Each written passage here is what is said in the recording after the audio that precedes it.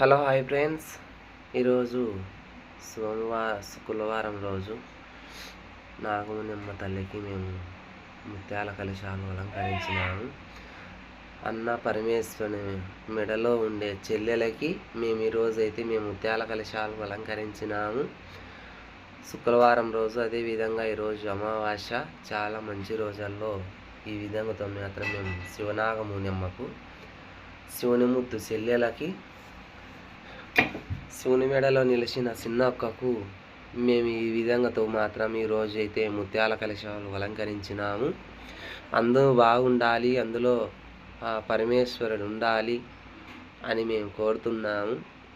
చూడండి, ఎక్కడ పోయినా ఎందు పోయినా మాత్రం ఈ పని మా పని నిలబెట్టుకొచ్చేది దేవత మాత్రం శివనాగమునిమ్మకైతే మేము శివుని ముద్దు చెల్లెలకు మేము ఈరోజు